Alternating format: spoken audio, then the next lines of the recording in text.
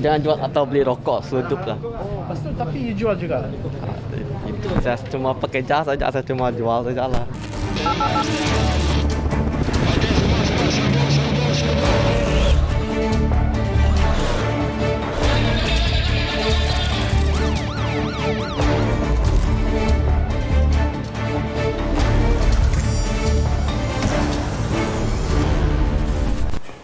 Assalamualaikum dan salam sejahtera. Anda bersama saya, Sofia Nur Solihatun dalam 999. Rokok seludup rancak dijual di pasaran gelap. Namun, kegiatan sindiket itu berjaya dikesan oleh Jabatan Kesihatan Bahagian Kuching. Wartawan Tun Nizami Hashim bersama juru kamera Rosli Abdul Rahman ke Kuching, Sarawak bagi membongkar modus operandi sindiket itu.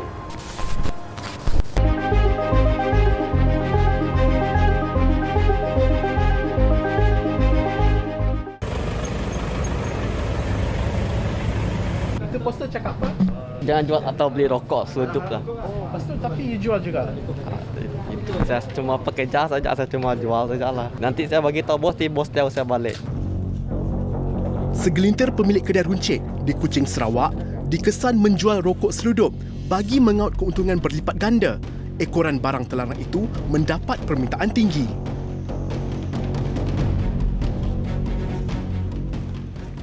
Kan jual rokok murah pun semua orang beli. Sekarang kalau kamu beli rokok mahal pun, mana ada orang mampu beli rokok mahal. Jabatan Kesihatan Bahagian Kuching meneruskan operasi rutin dalam mengekang penjualan rokok seludup di pasaran gelap dengan kerjasama pasukan Ibu Pejabat Polis Daerah Kuching dan Padawan. So target kami orang, satu premis kita akan spend dalam masa setengah jam. Sebelum operasi dilaksanakan, risikan dilakukan terlebih dahulu oleh anggota berpakaian reman ke atas 4 buah kedai runcit yang didakwa menjual rokok seludup. Ini kalau beli lebih dari satu krek ada murah sikit kah? Itu kamu tanya token ni awak. Token ni lah. Selalu everyday buka. Pukul berapa sampai pukul berapa sini? Pagi pukul 8 sampai pukul 5 petang, hari Minggu tutup. Okey. Okey, thank you.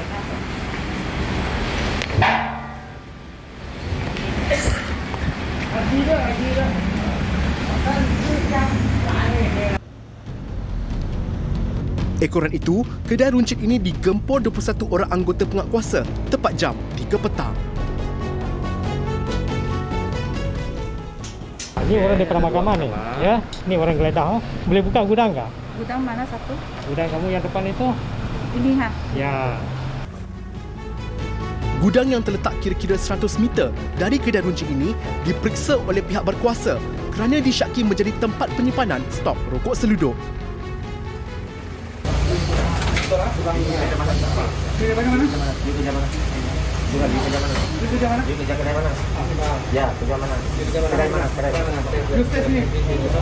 Apa banyak-banyak hari ini? Ada kesihatan. Pembeli perlu membuat bayaran untuk membeli rokok seludup di sebuah kedai runcit terletak di hadapan ini. Namun pengambilan rokok seludup itu perlu diambil di sebuah stor yang terletak di hadapannya yang dijaga oleh seorang runner. Dan pihak kesihatan berjaya membongkar sebuah stor yang mempunyai pelbagai jenama rokok seludup di Padawan, Sarawak ini. Begitupun, penjaga kaunter kedai runcit berusia 34 tahun ini mendakwa tidak terlibat dalam sindiket penjualan rokok seludup bagi melepaskan tengkuk sendiri. Bagi tahu. So di semua rokok kita akan cek dulu. Satu rokok dijual di bawah harga minimum Kementerian Kesihatan Malaysia. Satu lagi rokok yang tidak ada kesihatan bergambar. Okey. Kami akan rampas sebab kami sudah buat risikan. Kami sudah pergi kedai kamu. Rampas saja, bukan kami orang punya. Betul siapa punya? Siapa punya tu? Bukan kami orang punya. Namun, seorang lelaki berusia 34 tahun mengakui bekerja di gudang ini sebagai runner untuk menghantar pesanan rokok seludup kepada pembeli sejak 5 tahun lalu. You punya toke depan sana. Betul kan? Betul. Ini dia punya gudang. Betul. Dia punya rokok kan, disimpan sini kan? Bayar sana, ambil sini, betul? Okey. Ini memang semua dalam ni memang anda saya semua. Anda kamu saya, jaga? Ya, yang saya jaga. Berapa gajinya sini? Baru 1,500. Supplier tu dari mana? Itu tahu saya. Itu kamu tak tahu lah. Selalu datang hari apa? Kadang apa pagi, pagi. Setiap pagi datang? Kadang macam tu lah. Kadang-kadang lah, tapi kadang-kadang kurang lah. Kurang. Okey. Selalu dia datang berapa kotak rokok ni? Ikut jenis lah. Kadang 4 kotak. 4 kotak? Oh, dia tidak banyak. Lain pula modus operandi penjualan rokok seludup di permis ini yang menyembunyikan barang terlarang itu di dalam peti sejuk.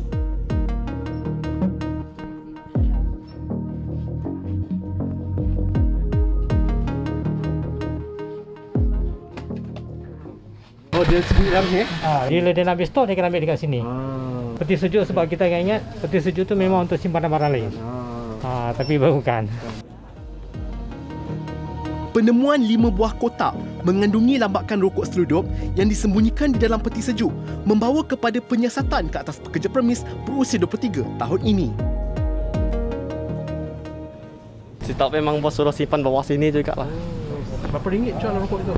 Itu satu paket tu RM3 kalau yang murah tu. Satu hari boleh jual berapa kotak? Satu ada juga lah 2-3 karton tu macam sudah pasti juga. Ya.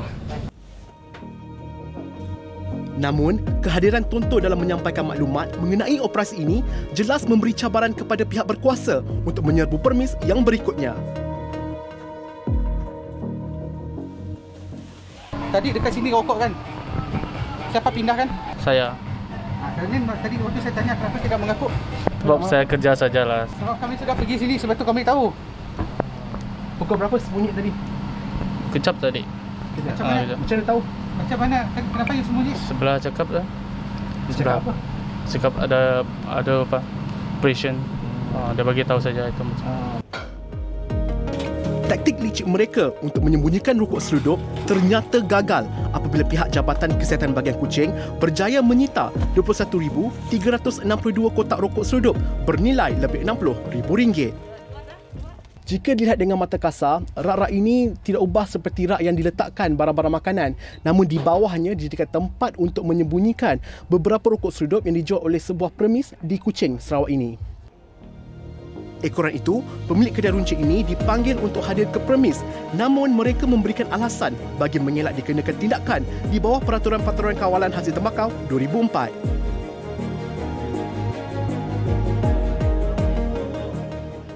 Hello? Okey. Sekarang kita ada operasi. Okey? Ya, jadi you pun tahu kan itu rokok-rokok yang dijual bawah harga minimum. Tapi saya tinggal Semenanjung bos. Tidak apa. Macam ini, you punya itu budak ada sini kan? Okey? Dia akan ambil itu notis bagi pihak kamu nanti, okey? Ya, dia akan ambil. Okey? Boleh Okey. Hasil operasi ini, 8 notis kompaun dikeluarkan kepada kesemua pemilik permis.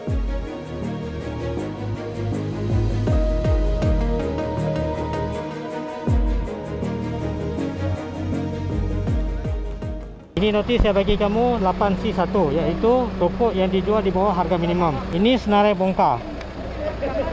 Ini satu lagi notis 15-4A.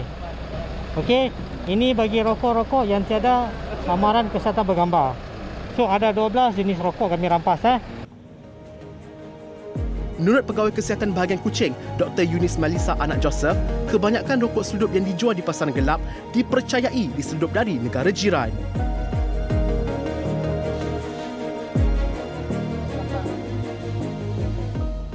At our side, strategi yang kita gunakan adalah satu tu kita ada perancangan yang kita telah buat dari awal tahun. So itu kita akan laksanakan. Operasi seumpama ini it's not that kita buat sesuka hati. Ini adalah berdasarkan aduan. Kita pohon agar premis-premis yang menjual bahan-bahan hasil tembakau seperti ini mematuhi peraturan yang telah ditetapkan. Memang advice kita adalah untuk berhenti merokok. As we know, merokok ini boleh menyebabkan macam-macam penyakit lah, especially kanser Semua kanser ini secara langsung dan tidak langsung adalah disebabkan oleh merokok tadilah. So we hope that orang ramai masyarakat di luar berhenti merokok demi kesejahteraan dan kesihatan dia sendiri dan kesejahteraan keluarga dia. Kesemua rampasan rokok seludup ini dibawa ke Pejabat Jabatan Kesihatan Bahagian Kuching untuk tindakan lanjut.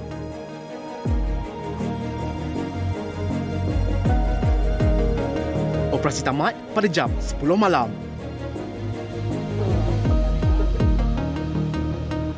Laporan Tun Nizami Hashim, 999.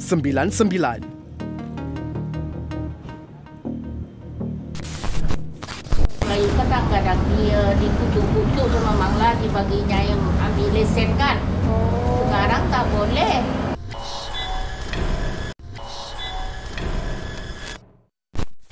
Ibarat lesen Alibaba. Itulah situasi mini Dhaka atau perkampungan Bangladesh di kawasan Sungai Buloh yang dikesan semakin parah menjalankan perniagaan menggunakan lesen warga tempatan. Saksikan butiran serbuan Majlis Perbandaran Selayang disertai wartawan Arisha Khalid.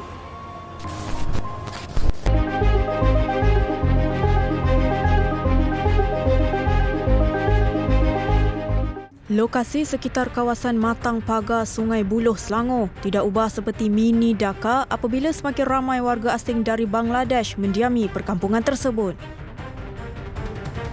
Tinjauan 999 di kawasan berkenaan mendapati warga asing di lokasi tersebut membanjiri hampir setiap ceruk kawasan dengan gaya hidup seolah-olah berada di negara asal.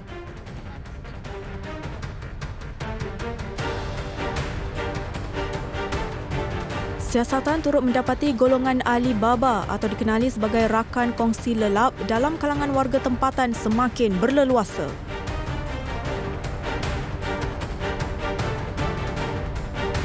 Dia apa kerja ke dia memang family? Alah, kadang-kadang tak ada pasport pun datang sini mau menangkap. Oh ya ke? Itulah orang komplain. Dia orang Melayu kadang-kadang dia dikucuk-kucuk sama Mangla dibaginya yang ambil lesen kan. Sikap peniaga tempatan yang masih berterusan menjual atau menyewakan lesen perniagaan kepada warga asing menjadi punca lambakan peniaga asing memonopoli perniagaan di kawasan terbabit. Susulan itu, operasi bersepadu terhadap penjaja warga asing di kawasan berkenaan dijalankan bahagian penguatkuasa Majlis Pembandaran Selayang MPS, Jabatan Imigresen Selangor serta Kementerian Perdagangan Dalam Negeri dan Hal Ehwal Pengguna KPDN HEP. Siasatan awal di lokasi pertama mendapati seorang pekerja berasal dari Bangladesh disyaki telah menetap di kawasan tersebut sejak 5 tahun lalu, mendakwa telah digaji oleh pemilik premis warga tempatan. Handphone dalam mana handphone? Bagi dia punya handphone. You apa dah? Ambil ni mah. Ha? Ambil ni mah. Apa sahaja kerja sini? Ayo atas saya sama ada ANC. Sama ANC apa pun. Bos pun berada. Taktik pekerja tersebut yang berselindung di sebalik kedai runcit dengan menjual rokok seludup pelbagai jenama serta minuman keras tidak bercukai secara haram turut terbongkar hasil sebuan dilakukan pihak berkuasa. Liciknya, barang seludup tersebut dipercayai disimpan di bahagian belakang premis serta disorokkan di dalam sebuah bagasi bagi mengelak dari dikesan pihak berkuasa. Serbuan diteruskan di premis kedua yang terletak kira-kira 10 meter dari lokasi pertama yang dipercayai menggunakan khidmat wanita warga Bangladesh berusia 40 tahun sebagai penjaga. Hasil pemeriksaan mendapati premis tersebut menggunakan alat timbang dan sukat yang telah tamat tempoh sah sekaligus menjadi satu kesalahan di bawah Seksyen 14-6 Akta Timbang dan Sukat 1972. So macam tadi, kita dah buat pemeriksaan, so operasi bersama dengan saya cakap, kita dah buat pemeriksaan, tak apa, dia dengar saya cakap, kita dah buat pemeriksaan tadi, so kita buat operasi bersama, so kita ambil part kita, so kita check, you punya timbang sudah mati. Dia cakap ini tak nak pakai, ini pakai. Kalau tak pakai, dia tiada dalam kedai. Dia satu bulan bila dalam kedai, kita akan anggap you pakai. So bila pakai, dia menjadi satu kesalahan, so ni tak apa, jangan ambil dia. Nanti kita akan berusaha dengan dia punya bos. Ini adalah kenyataan pemeriksaan. So, pegawai saya dan 4 orang, so kita pemeriksaan dan mendapati alat timbang sukat matilah, expired. Sebab you, dia punya bos ataupun you tak membaharui, so satu kesalahan, so kita sitalah. Premis tersebut turut didapati melanggar syarat lesen dengan menjalankan aktiviti tambahan tanpa kebenaran apabila didapati menjual ayam hidup yang diletakkan di hadapan kedai runcit berkenaan. Berdasarkan hasil siasatan di lokasi kejadian, pekerjanya tadi mendakwa mereka telah menjual ayam yang hidup ini dengan harga yang mampu mencecah hingga RM20. Dan mengikut Undang-Undang Kecil PBT, mana-mana premis yang tidak mempunyai lesen penyembelihan boleh dikenakan tindakan undang-undang. Selain premis menjual barangan runcit, sebuah kafe cyber yang disyaki beroperasi tanpa lesen dengan menjalankan kegiatan judi dalam talian sejak 2 bulan lalu turut diserbu pihak berkuasa.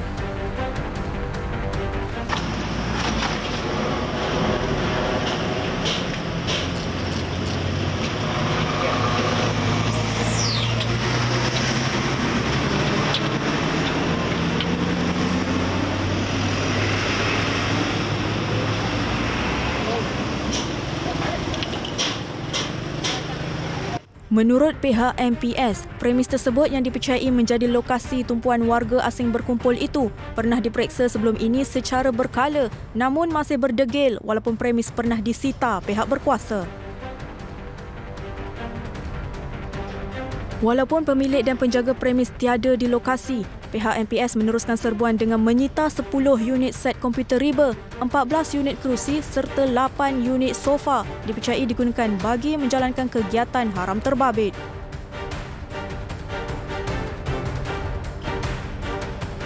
Menurut penolong pegawai penguatkuasa Ketua Bahagian Penguatkuasaan, Paramasivam Celia, kegiatan Alibaba dalam kalangan warga tempatan di kawasan tersebut berada di tahap membimbangkan.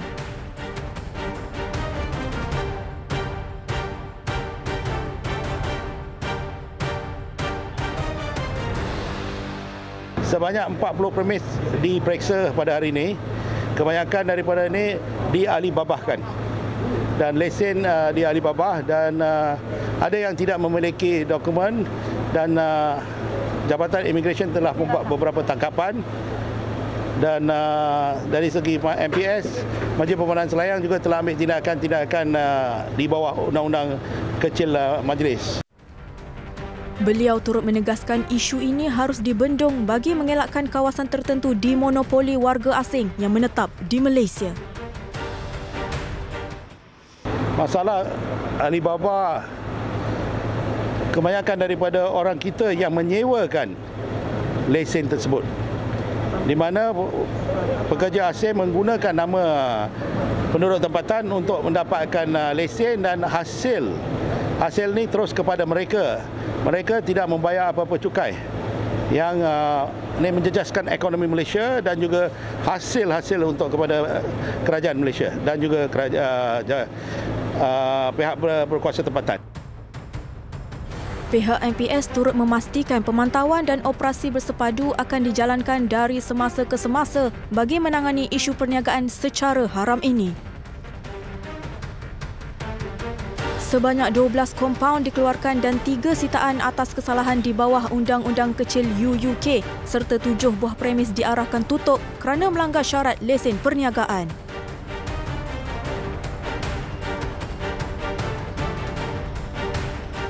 Seramai 21 orang warga asing turut ditahan kerana tidak mempunyai sebarang dokumen pengenalan diri yang sah.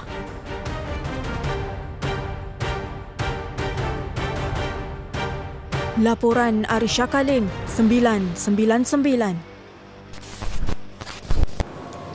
Gara-gara tidak berpuas hati mengenai pembahagian harta pusaka, 2 beradik sanggup bergaduh sehingga menyebabkan kematian. Insiden yang berlaku di Perak itu membuka tirai rangkuman kejadian jenayah seminggu 999.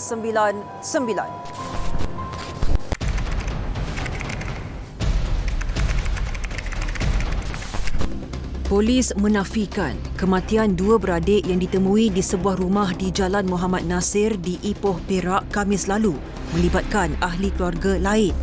Mengikut kenyataan polis, hasil bedah siasat mendapati mangsa maut akibat beberapa kesan tikaman di badan dan kesan jerut di leher. Polis percaya punca perbalahan antara 2 beradik itu akibat daripada rasa tidak puas hati perihal pembahagian harta pusaka. Kedua-dua mangsa berusia 67 dan 70 tahun itu maut di tempat kejadian. Seorang lelaki bergelar ustaz dan 3 warden direman seminggu bagi membantu siasatan seorang penghuni pusat pemulihan dadah yang disyaki dipukul Rabu lalu. perintah reman dikeluarkan Magistrate Adibah Abdul Kadir sehingga Jumaat depan mengikut Seksyen 302 Kanun Keseksaan kerana membunuh. Kesemua suspek ditangkap pada Jumaat lalu selepas polis menemui mayat seorang lelaki berusia 25 tahun di dalam sebuah bilik dengan kesan luka dan lebam di badan. Menurut kenyataan polis, mangsa sebelum itu cuba mencederakan seorang warden menggunakan pisau hingga berlaku pergelutan. Mahkamah Magistrate Kuala Lipis menjatuhkan hukuman penjara 8 bulan dan denda RM1,000 terhadap 3 lelaki yang mengaku bersalah menceroboh dan memukul tenaga pengajar dan pelajar tahfiz minggu lalu. Magistrate juga menetapkan tambahan penjara 6 bulan terhadap tertuduh jika gagal membayar denda yang diarahkan. Menurut fakta kes, kesemua tertuduh dipercayai menceroboh dan memukul seorang tenaga pengajar di sebuah surau pusat tahfiz pada 11 Ogos lalu. Mahkamah menetapkan hukuman bermula dari hari tertuduh ditangkap. Seorang wanita berusia 28 tahun mengaku tidak bersalah atas 5 pertuduhan pengubahan wang haram lebih RM2 juta. Tertuduh membuat pengakuan terbabit selepas pertuduhan dibacakan di hadapan Hakim Ahmad Faizat Yahya. Mengikut rekod pertuduhan, tertuduh didakwa memindahkan RM1.3 juta ke dalam akaun bank bagi membeli sebuah perniagaan. Tertuduh juga didakwa melakukan beberapa transaksi berjumlah ratusan ribu ringgit ke dalam akaun seorang lelaki di antara 8 Januari dan 20 Jun tahun lalu. Mahkamah membenarkan tertuduh diikat jamin RM10,000 terhadap semua pertuduhan. Polis menahan 4 lelaki dipercayai terbabit dengan kegiatan penjualan rokok seludup dan pinjaman wang tidak berlesen.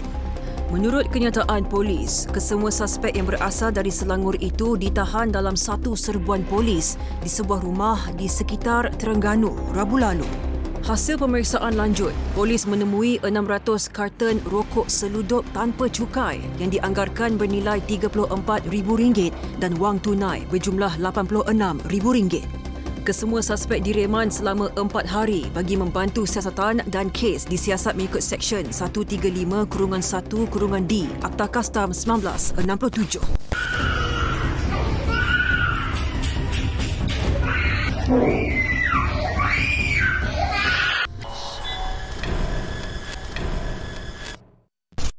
Seorang murid tahun 6 maut terkena renjatan elektrik ketika menggunakan telefon bimbit yang sedang dicas.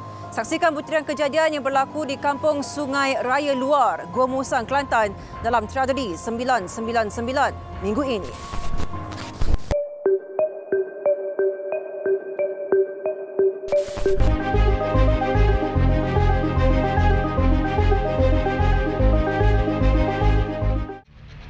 Mangsa Nur Ashikin Kistina Muhammad Nur Zawawi 12 tahun ditemukan dalam keadaan terbaring dan tidak sedarkan diri di atas tilam di dalam bilik tidurnya setelah terkena panahan petir. Kejadian berlaku kira-kira jam 4.50 petang. Bapa mangsa Muhammad Nur Zawawi 54 tahun ketika itu baru selesai menunaikan solat di surau berdekatan rumahnya turut terdengar dentuman petir yang kuat. Muhammad Nur Zawawi tidak menyangka kehilangan orang tersayang sekelip mata dan reda dengan kejadian yang menimpa keluarganya. Arwah masih di dalam bilik, kita tidak perasan lagi. Setelah lebih kurang dari 10 minit selepas tu, baru isteri saya masuk ke bilik kerana berbetulan melalui bilik dia tu untuk ke dapur. Dia tertengok dia tu, dia cuba manggil dia, tidak tengok dia tidak sedarkan diri. Siti Nuraini Rashid turut sedih apabila melihat perbualan anak bersama rakannya menerusi telefon bimbit itu adalah yang terakhir sebelum kejadian. Kejadian itu kemungkinan anak saya sedang bercakap dengan telefon dengan kawan dia lah. Lepas tu tiba-tiba kawan dia kata senyap. Masa saya masuk tengok dia senyap tu, saya kejut-kejut je, saya panggil dia tu, kawan di sebelah sana tu boleh dengar lah suara saya. Menurut Ketua Polis Daerah Gua Musang, Superintendent Sik Chun Fo, hasil siasatan awal terdapat kesan lecur pada tangan kanan dan terbakar di bahagian tilam mangsa. Telefon bimbit dan wayar pengecas turut ditemui bersama mangsa dalam kejadian itu. Pihaknya mendapati punca kematian mangsa adalah kesan renjatan elektrik daripada kejadian sambaran petir terhadap alat sistem solar rumah mangsa. Mangsa merupakan murid sekolah kebangsaan Kuala Betis, sempat dibawa bapanya ke klinik kesihatan berdekatan sebelum disahkan meninggal dunia. Mayat mangsa dibawa ke Hospital Gua Musang untuk bedah siasat dan dikebumikan di tanah perkuburan Kuala Betis.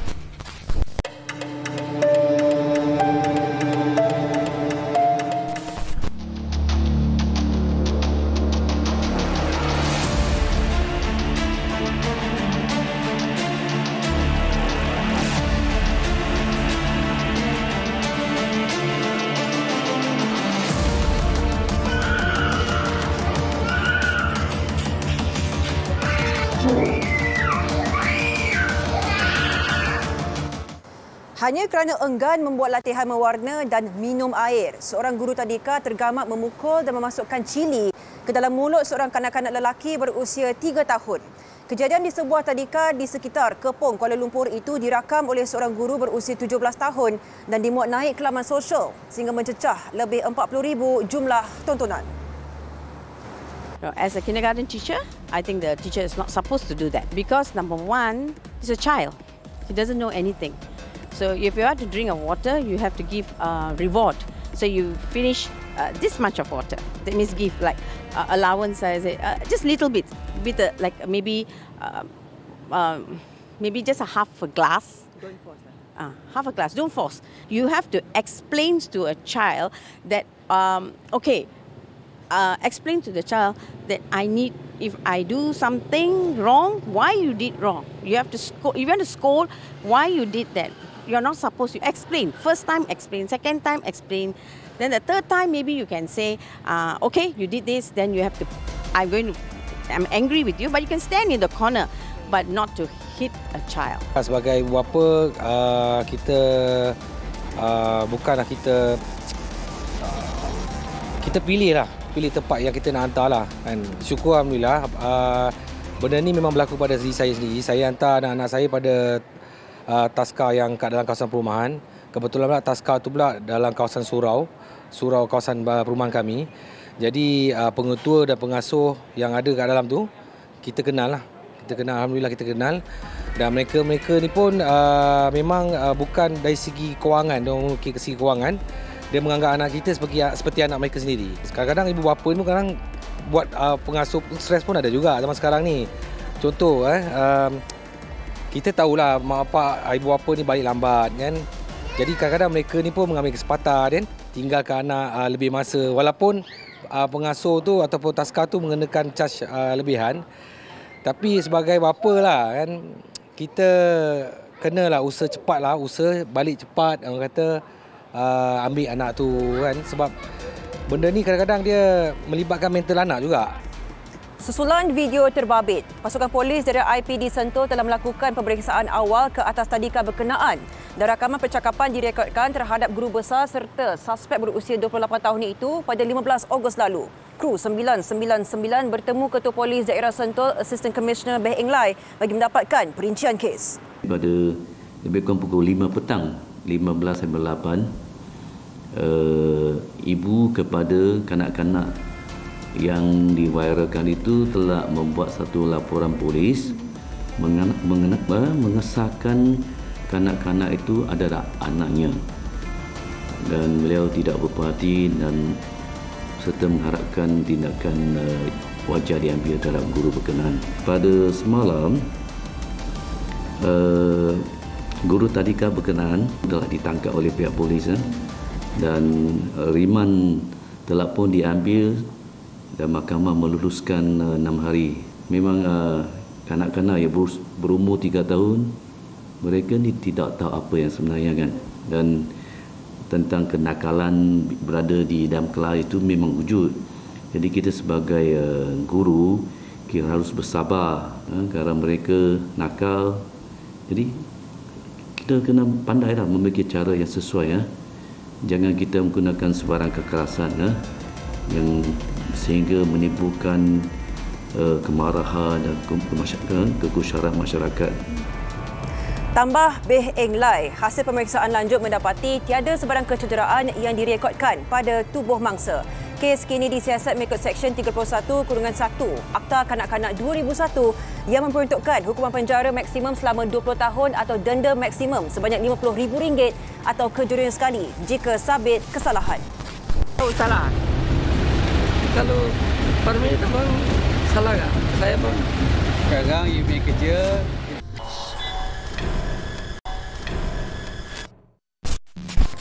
Mengumpul besi buruk dan barangan lusuh menggunakan motosikal roda 3 tanpa lesen memandu. Sindiket pula dipercayai menjadi pelindung bagi penunggang motosikal warga asing. Saksikan perinciannya bersama wartawan Afifah Haminuddin.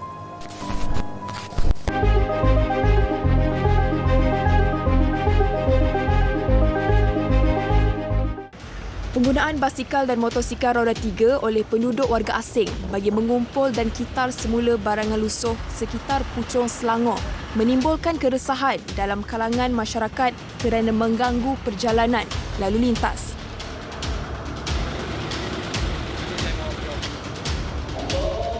Bertindak atas aduan penduduk, Majlis Bandaraya Subang Jaya telah melancarkan satu operasi khas bagi membantras isu berkenaan dengan kerjasama daripada Jabatan Pengangkutan Jalan JPJ dan Jabatan Imigresen Negeri Selangor.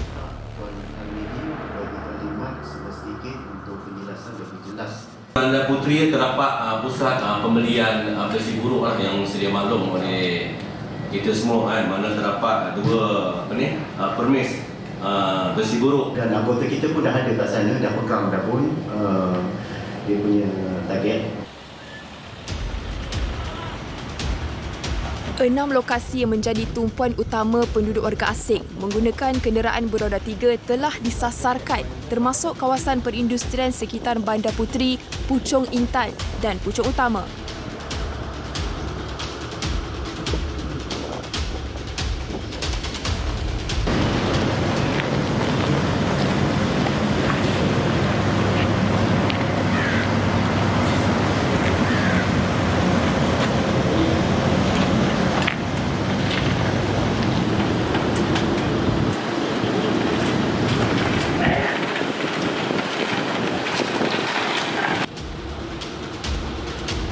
Ketika serbuan, lelaki warga asing berusia lingkungan 50-an ini sedang mengumpul kotak dengan menggunakan motosikal roda 3 di jalan sekitar Taman Puchong Intan. Ini permit kerja apa? Abang tengok tadi. Garden workers. Tahu tak? Kalau salah. Tak boleh buat. Dia tahu salah. Kalau permit abang salah tak? Saya pun. Sekarang you punya kerja itu garden workers. Sekarang ni pula you bawa besi buruk, kutip sampah ni apa kotak-kotak. Salah lah. Salah. Hasil pemeriksaan lanjut mendapati lelaki ini tidak mempunyai lesen memandu yang sah dan kenderaan yang dipandunya tidak mempunyai cukai jalan. Sudah berapa lama sini? 13 tahun. 13 tahun tak? Motor siapa punya? Itu kedai Sami. Ha? Kedai Sami itu. Kedai punya? Oh, ni motor bukan ni. Abang punya. Motor kedai lain punya orang. Kedai itu Sami punya. Oh, Sami punya motor. Macam mana you boleh bawa Sami punya motor? Saya itu 1,600 kasih apa? Satu setiap bulan bayar? Tak. Saya beli dah. Oh, beli daripada dia? Tapi dia nama ada. Oh, you beli sama dia ini motor. Lepas tu nama dia. Dia nama ada. Kiraan semua saya tangan ada bang rumah. Susulan itu, tukang kebun terbabit ditahan dan motosikal berkenaan dibawa ke pejabat MBSJ Cawangan Bandar Puteri untuk tindakan lanjut. Tinjauan dilakukan di beberapa lokasi sekitar Puchong Intan yang telah dikenal pasti menjadi lokasi tumpuan penunggang motosikal roda 3. Kawasan terbabit didapati agak sunyi gara-gara kesemua warga asing dipercayai sempat melarikan diri daripada ditahan pihak berkuasa.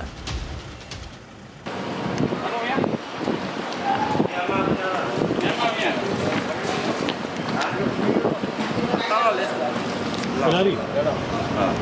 Bos, siapa punya motor ni, bos? Tak tahu. Tak tahu ah? Sebelah punya saya. Yeah.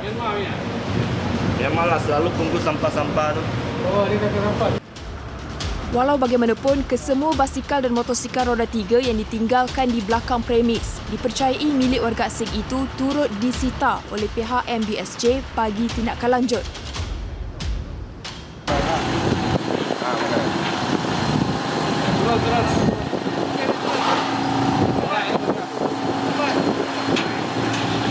Mari yang kosong sini mana?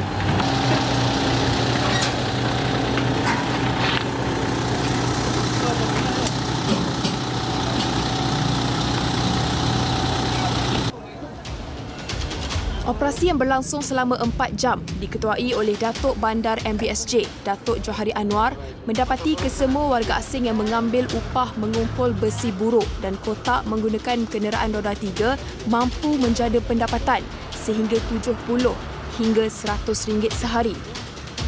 Seperti kita sedia maklum bahawa aktiviti-aktiviti barang lusuh ini adalah antara aktiviti yang boleh kita kategorikan sebagai aktiviti 3D 3D, iaitu antara pekerjaan yang bersifat berbahaya, kotor, yang kebiasaannya jarang